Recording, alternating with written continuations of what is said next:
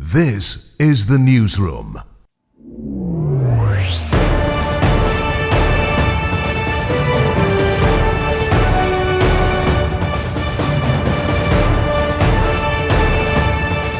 This is the newsroom for Friday, March 13, 2026. We're broadcasting to you on E1, SKAR TV, NTN, and TARZEE TV in Bartica. In the headlines, fewer incidents recorded in Guyana's prisons as overcrowding reduced. Scrutiny over Mohammed's possible breach of bail conditions.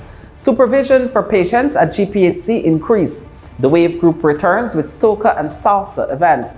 And in sport, child safety and protection take limelight at coaches' workshop, and athletes continue to excel as battle for nationals title heats up.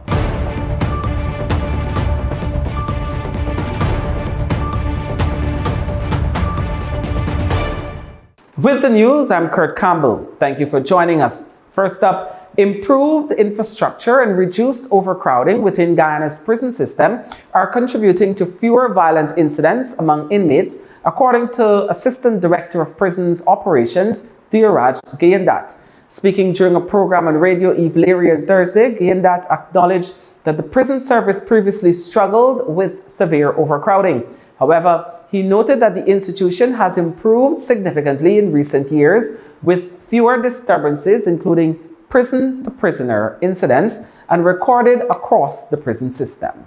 The Guyana Prison Service is, we're modernizing our infrastructure, as you rightfully said. And one of the reasons for that is because we're moving away from prisons and we want to change from prisons to corrections.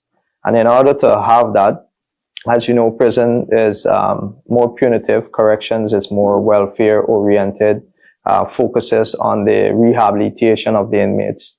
So to have that into perspective and to have that name change, we have to get the facilities to do that. And corrections calls for a lot more than just having prisoners, locked away as it is. There's no secret, Stan, that, the prison service had overcrowded prison back in the days. With the burning of Camp Street Prison, we have seen, where we were at the Holding Bay Lusignan Prison. It was very chaotic. And we made the headlines on numerous occasions for the wrong reasons. And like you rightfully said, now you have seen a decline in those such like incidents, and you're seeing more positives out of the prison. So that is mainly because we don't have an overcrowding situation. One of the things that is very integral for prison is segregation, which is segregate prisoners according to their classification. All right? Mm-hmm. And you classify prisoners, of course, according to their crime, according to their, socioeconomic status, because they could have an influence on, other prisoners and so on and so forth. And the threat that they pose to other prisoners and to the facility generally. All right. So because of the new facilities, we are able to segregate accordingly. And because of that, you see a reduction of the incidents. Of course, we will have what will play a great part in the reduction of incidents as well too is the programs that we have, anger management and so on. So, teaches prisoner, we have early developmental psychology being taught to the inmates.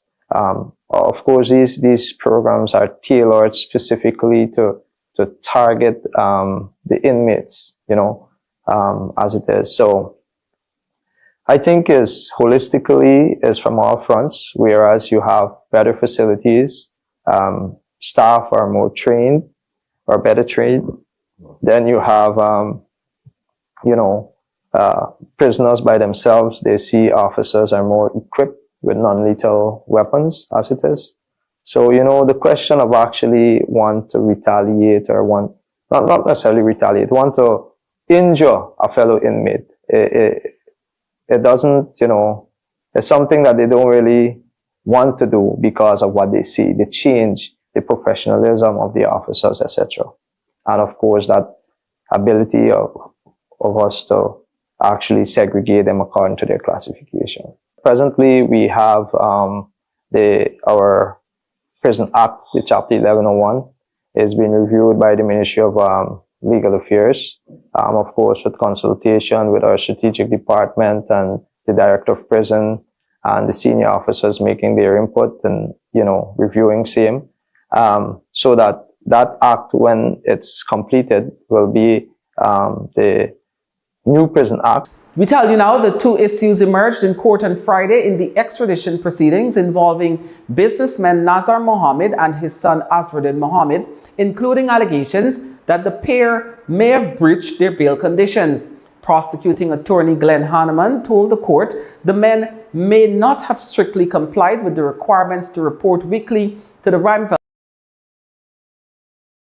In court showed that both men reported on March 6, with Nazar Mohammed signing at 10 hours and Azruddin Mohammed at 14 hours. However, the prosecutor said he reviewed the station diaries and compiled a list of several alleged breaches prior to that date, including occasions when the men reportedly checked in earlier than the designated time, reported 1 or 2 days late, or missed reporting altogether.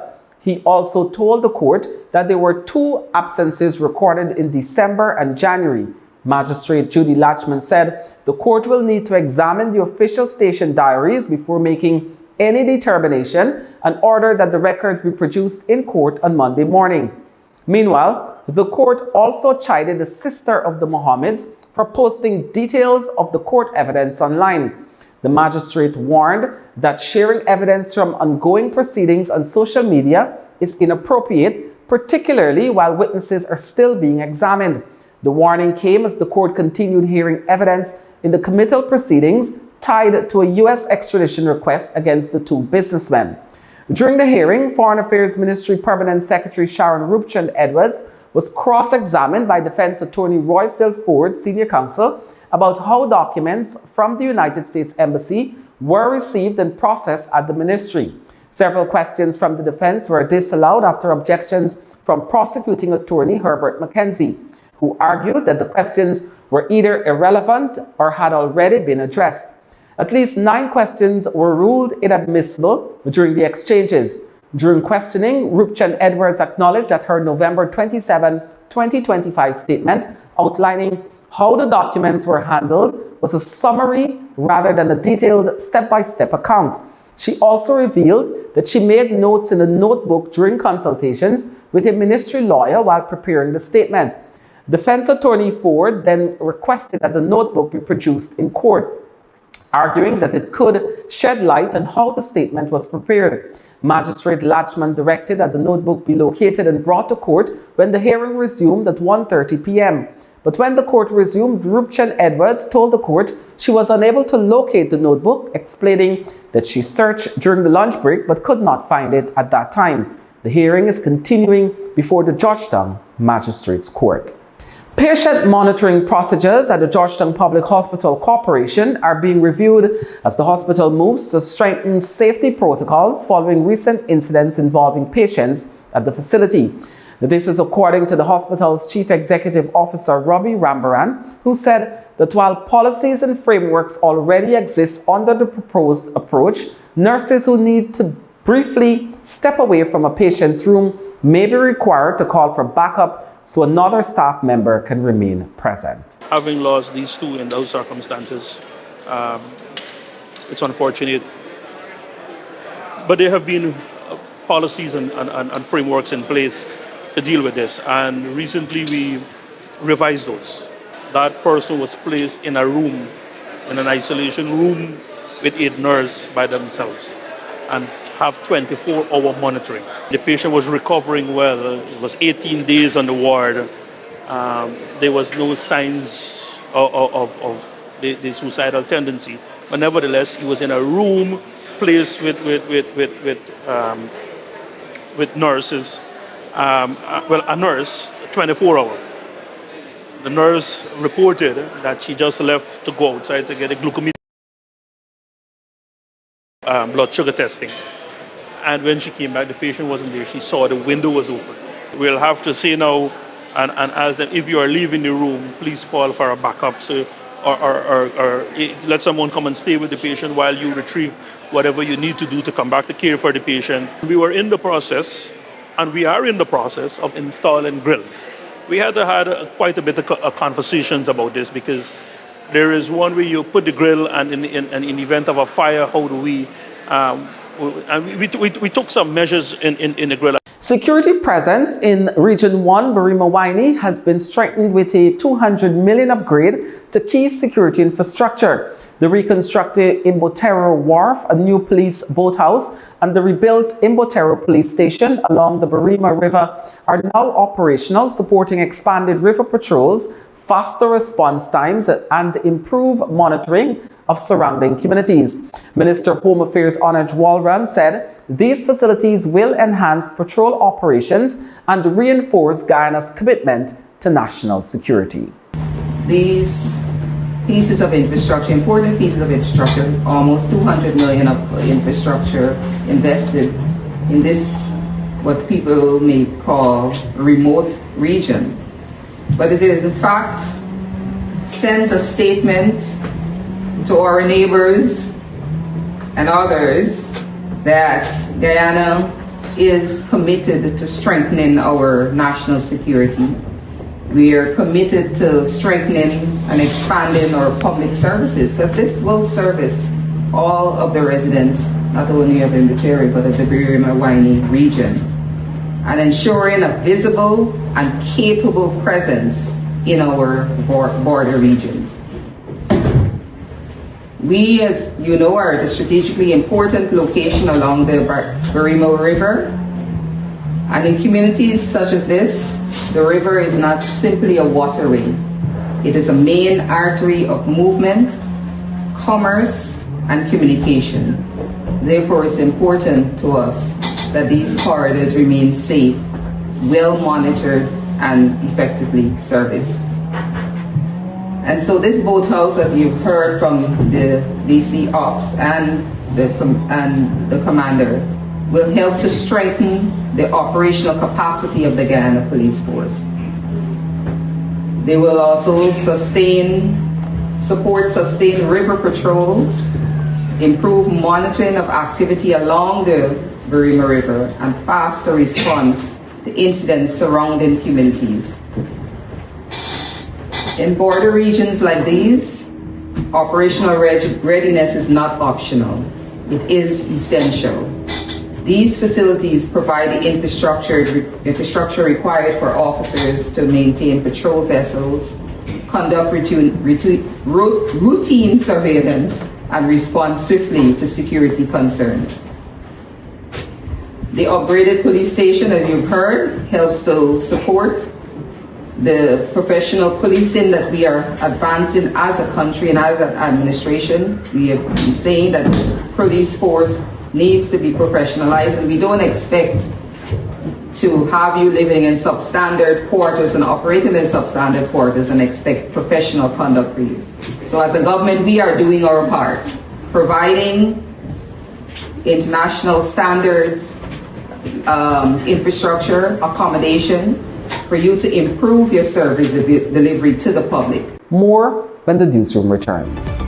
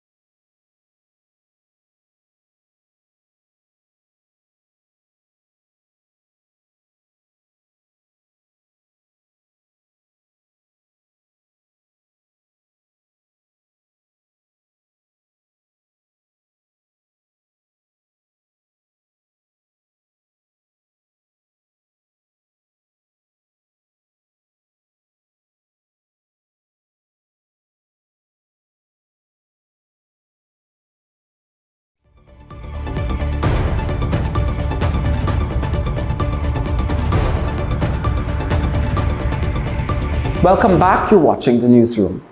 For much of Guyana's Gen Z crowd, the Wave group has become synonymous with parties that simply let people have fun.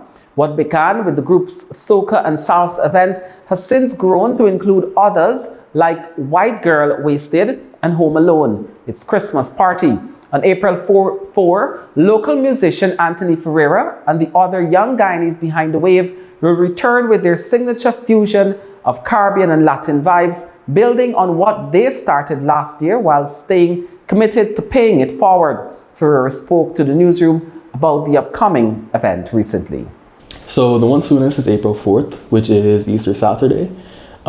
Pretty much that one is a Caribbean and Latin fusion. It's celebrating the fusion of those two cultures. It's called Soca and Salsa. So contrary to the name, those aren't the only two genres we're going to be playing, but they're just two good representatives of what those cultures are, what those cultures have to offer musically. And yeah, that's one I'm really, really excited for. That's, I think, the first concept we ever did, super small scale, only 200 people, and this year we're looking to make it bigger and better. Soca and Salsa is actually going to be around our 1 year mark, so we're going to use that as our 1 year anniversary party. There's some stuff, we released an event calendar, so that detailed 2 events, Project X, which is a new concept that we're going to be introducing. I think people forget that Project X is actually a pool party. And so we're definitely going to bring that Project X vibe back. We're going to go crazy, go wild for that party. And one I know people are really, really excited for is White Girl Wasted.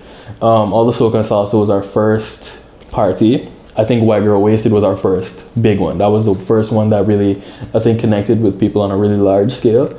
And we're bringing that back for sure. And there's definitely stuff that is not on the calendar that's going to show its face soon that, it's going to be a surprise for sure. I think people are going to enjoy. And I think that people are really connecting to Wave, and that's why they continue to support it.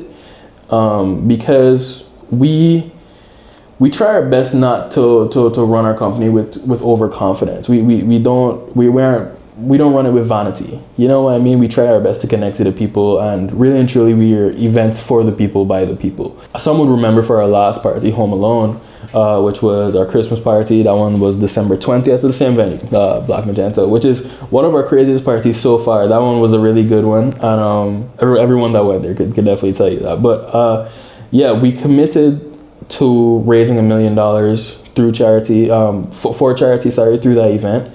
And pretty much the way that we were going to do that is usually fees to get into an event. We allowed persons to pay whatever they wanted.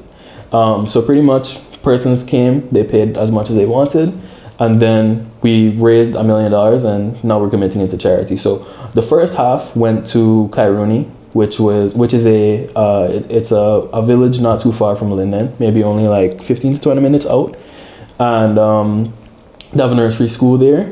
We reached out to Food for the Poor Guyana, and they let us know about that initiative. And so we just did a post-Republic Fund Day for them. Part of that money as well went to Dartmouth, which is a community in Essequibo. And so they're doing some renovations on a child care facility up there as well. So we'll be visiting there soon.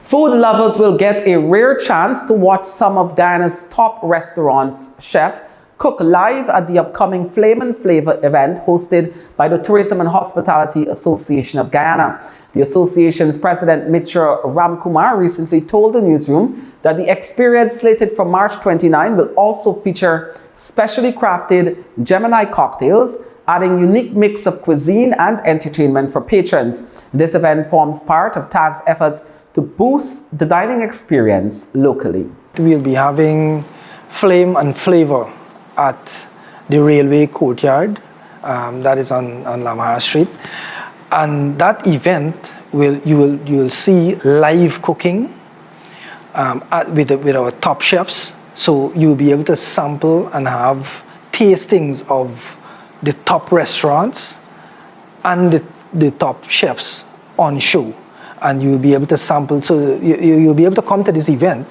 and basically taste the food of the top restaurants in one location. So that is huge. And in addition to that, we also have like Gemini cocktails, and you'll be amazed to see how some of these cocktails are prepared. encourage everyone to come out for this event. It's going to be an event that it's not only about coming and tasting. It's more. It's a lot of flame. That's why we call it flame and flavor, because there's a lot of flair in what we do there, and I want persons to come and enjoy and really soak in that flair that will be exhibited, whether it be on the beverage side or the food side. As Guyana enters a period of rapid economic and social transformation, one historian is urging the country to pause and confront its past. Speaking during a TEDx Turkine conversation titled Before the Red Dot, historian Dr. Estherine Adams said, understanding how Guyana's society was shaped is critical if the nation hopes to consciously build a better future. But as Guyana transforms rapidly today, are we building consciously or are we repeating patterns we don't fully understand? Just as a disclaimer that I'm a historian, right? I'm not a contemporary historian either. But anyways, I will say that it is easy for us to repeat those patterns from the past, especially now with this booming oil wealth that we have recently acquired.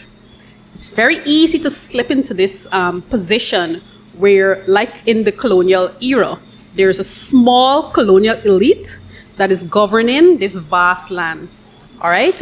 And they're governing based on patronage. So you don't get because you deserve or anything. You get because they like you or because you have done something for them or something like that, all right? And any society that, you have such a dependence on resources for your wealth and so on, it's very easy to slip into that. And so if we're not very conscious as a people, we can very well head back to that position where there's a small elite doling out your resources based on patronage rather than developing the society, focusing on your human resources and that kind of thing. So maybe I don't know why you want to set me up, but I'm just going to say that it's very easy to slip into those patterns that have already been established, because we've seen them, we know what they look like, and we can point them out. And I know every one of us here can point those patterns and say whether we're heading there or not. Yeah. But as a people, and this is what we forget, and I think this is another remnant of the colonial era, where we tend to extend deference to people in power, and we don't hold them accountable for what they do. And it should be the opposite, because we're independent people, and our leaders should be accountable to us. All right, but we don't do that as a people. All right, we tend to believe that because this is Mr. So and so or Honorable so and so, you automatically offer them deference, and that's not the way it should be. And we also, I'll stop there. Sanitization boost for Region 2 residents. More when the newsroom returns. Stay with us.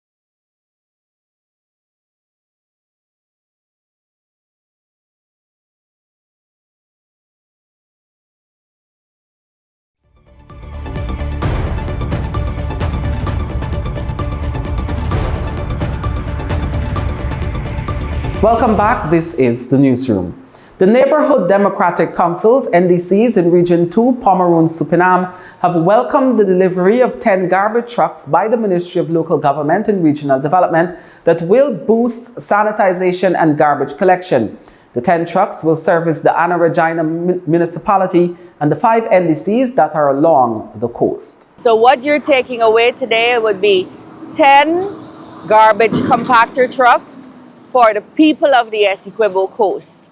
And so each NDC is going to get either 1 or 2 garbage compactor trucks, and this belongs to you, not you in the NDC to hog and use in a way that is discriminatory or selfish. This is for you to use so that your residents, your schools, your health centers, your roadways, your pathways look different. And if we're going to give you this, which we are, we're doing it with great pleasure, we're doing it with a lot of love, then we expect to come back and see 1, garbage trucks that are working. So I want you to hear that, garbage trucks that are working. So you got to put in place, and we're giving you the manual of how to maintain, when to maintain, how to care for, because I notice people drive government vehicles as though it's not theirs. Drive it as though it's yours, because it is yours. When you don't have it, then your people don't have it. And you're all servants of your people. So you want to have these trucks working. So maintenance schedule, careful handling of the trucks so that they can serve you. All of these trucks are tagged, so we will know where they are at any given point, and we are managing them centrally also. So we're very, very glad to be able to do this for you and with you.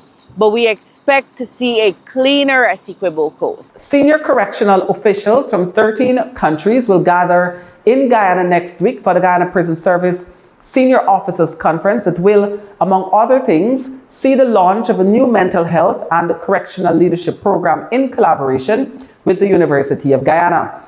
The launch is scheduled for Wednesday, March 18. The conference, which opens on Monday, March 16, is expected to attract high-level delegations from across the Caribbean and the United States. We already have 13 countries that are partaking in this conference. They will be visiting.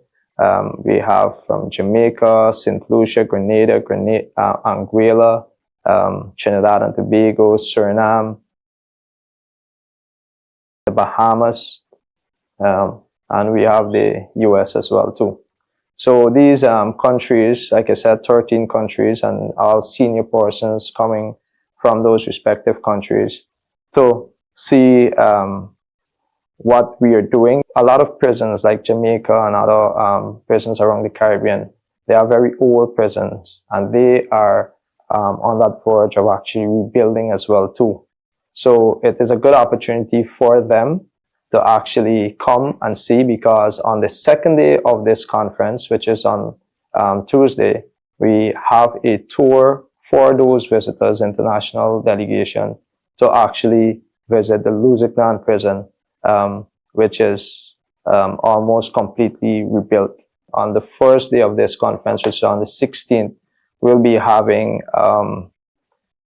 exhibitors from different international companies that will be showcasing correctional security equipment, riot gears, scanners, the latest technology that is available for security companies, and of course prison and prison management across the globe. On Wednesday, we have the launch of the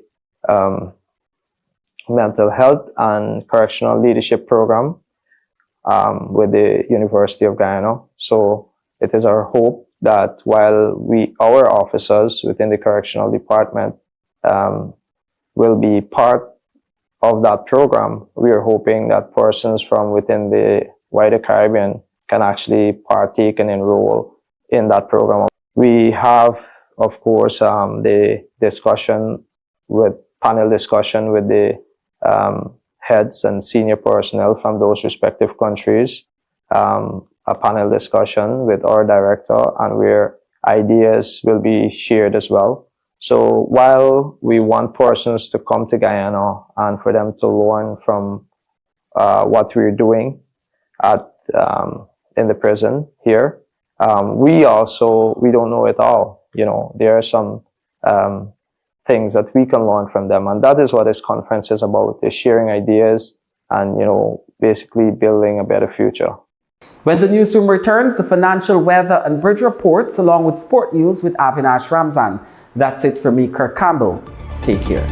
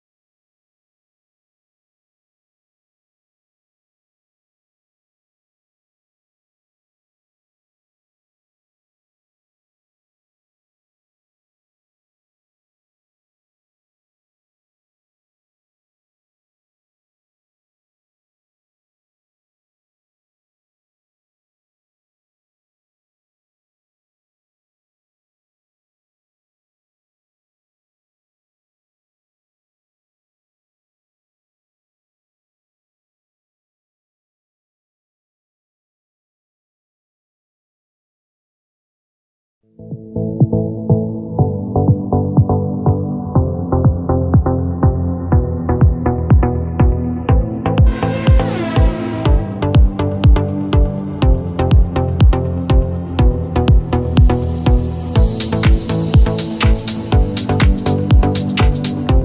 back to Newsroom. Avinash Ramzan here with tonight's sport. We're starting us off with some news out of the National Schools Championship. Consistent performances from President's College at the event have put them on course to retain the overall title. This is the second year of the revamped Schools Athletics Championship.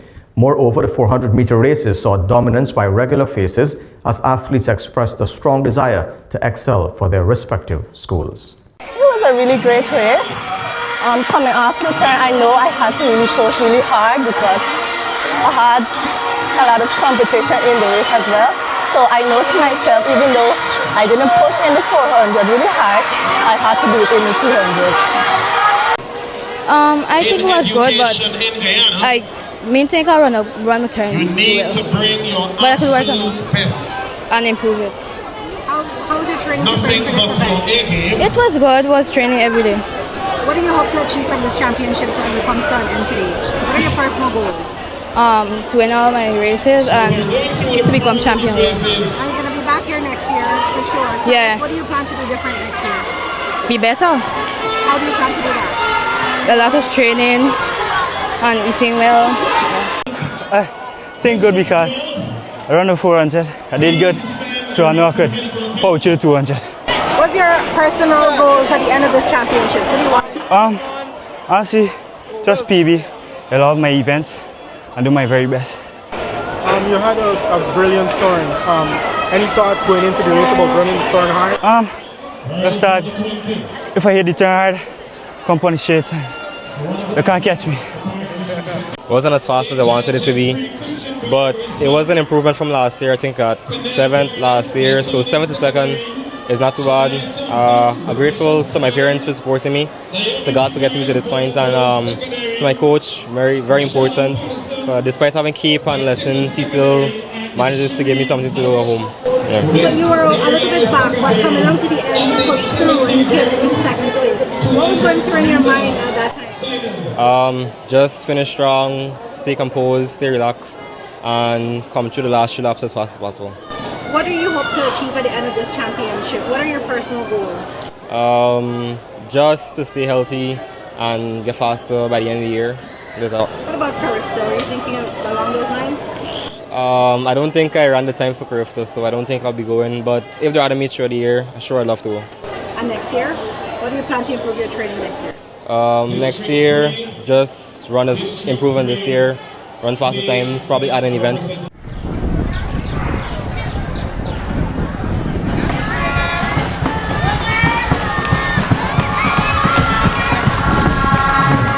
Yes, they are all good. Ladies and gentlemen, this is where we kickstart the first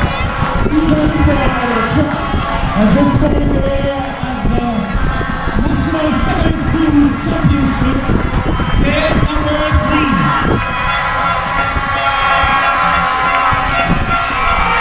And then they are ready to play the final turn. And heading on to your Good. Christian Berg. Here we have the athlete in lane number 5. Representing a school of the Supervision. And taking forward. Linden South. Heading on to the finishing line. Wonderful running. Excellent job. Well done.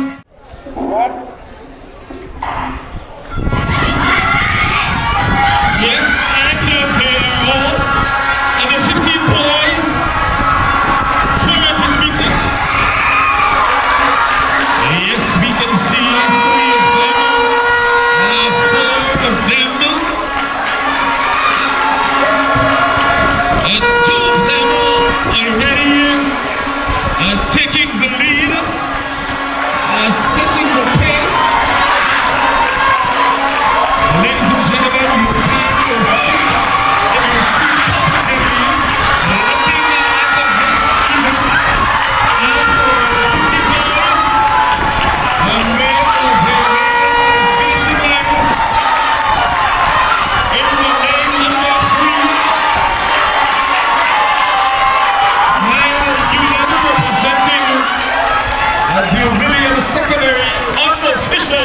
It seems to be the one.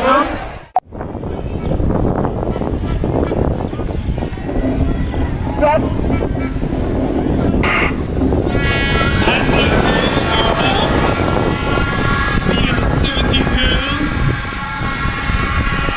Ladies and gentlemen, look at this event, look at the athlete, look at those three athletes setting the pace, looking as though they are just trotting around effortlessly, making their way onto the final turn. And then on to the old stretch. Yet to decide who will take the gold or the silver of any of the 70 girls. It seems as though the athlete representing a school out of District 10 has decided that she will leave no stone unturned.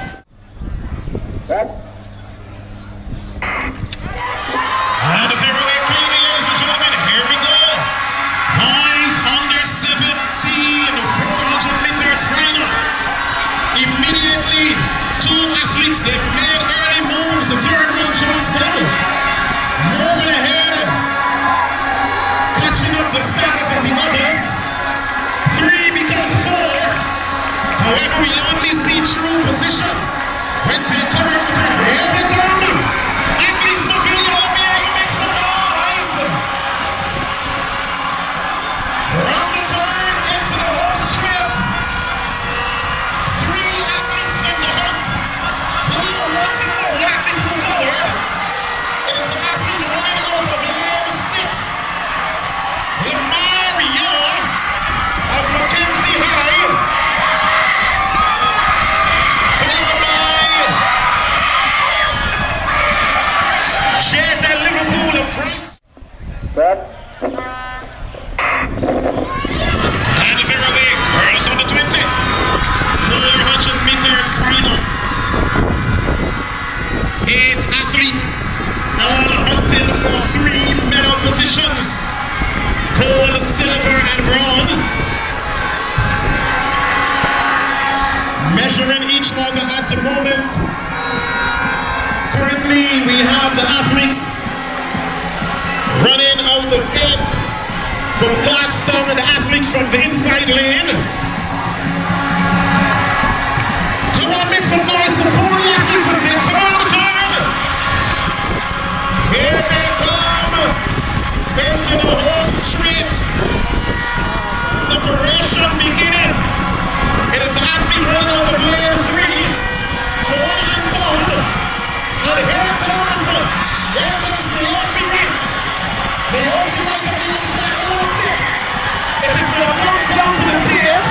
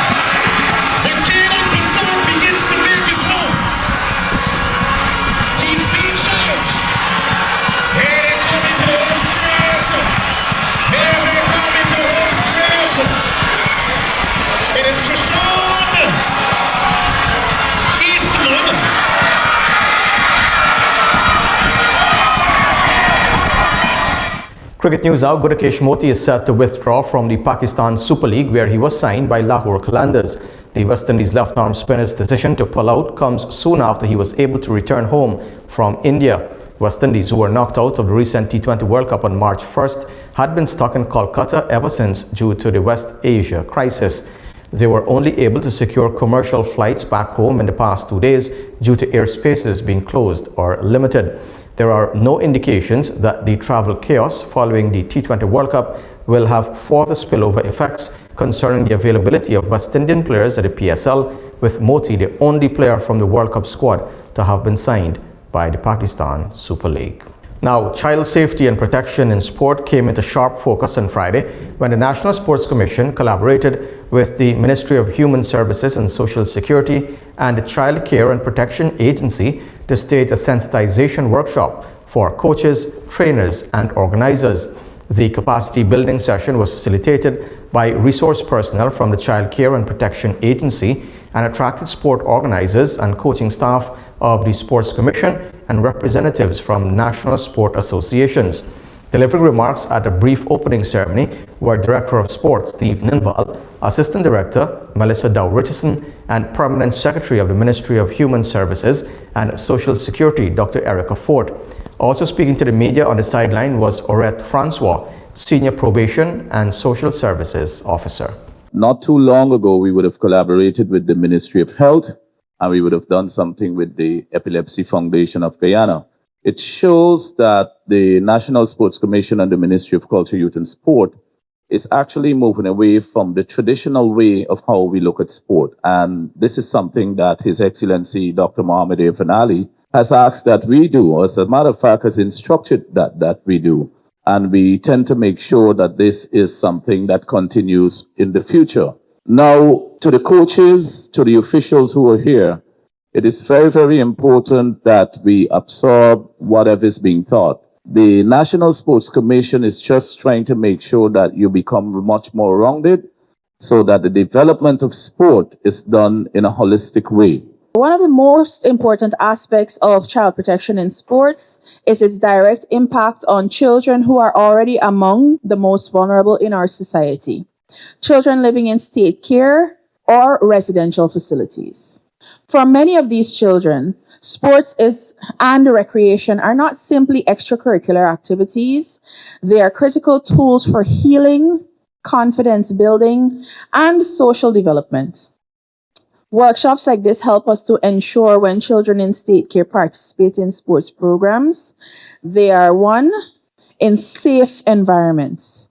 Children in care have often already experienced trauma, neglect, or abuse. By strengthening child protection practices in sports, we ensure that coaches, volunteers, and administrators understand their responsibility to create safe, respectful, and supervised environments. So the program is basically safeguarding in sport, and what we will be doing is training the coaches as to how to recognize child abuse, what they should do when a child who is abused would have come to them, the steps that they should take, how to protect themselves also from being accused of anything inappropriate, and basically teaching them the responsibilities of the coach, the do's and don'ts of coaches, all geared at protecting children who are part of sport and sport activity. We tell you now that the Bahrain and Saudi Arabia Grand Prix that were scheduled for next month are set to be cancelled as a result of the war in the Middle East. A formal decision to call up the races has not yet been made, but is expected before the end of the weekend. Freight would need to start being shipped to the Middle East in the coming days, and with no sign of the conflict between the US, Israel, and Iran coming to a conclusion, holding the races would put personnel at too great a risk. Neither event will be replaced, with the season being cut now to 22 Grand Prix and F1 taking a commercial hit of more than £100 million, giving Bahrain and Saudi Arabia pay two of the highest hosting fees. The race in Bahrain was scheduled to be on April 12th, with Jeddah the following weekend. Consideration was given to holding events in Portugal, in Italy, or Istanbul Park in Turkey, but it was accepted that the time to organize a race at any of those locations was too short, and there was little chance of securing a hosting fee.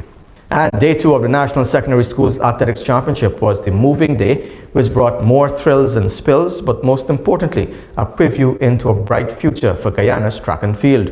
Here is a recap now of the action at the National Track and Field Facility, West Coast, Demerara. Enjoy. See you back here on Monday.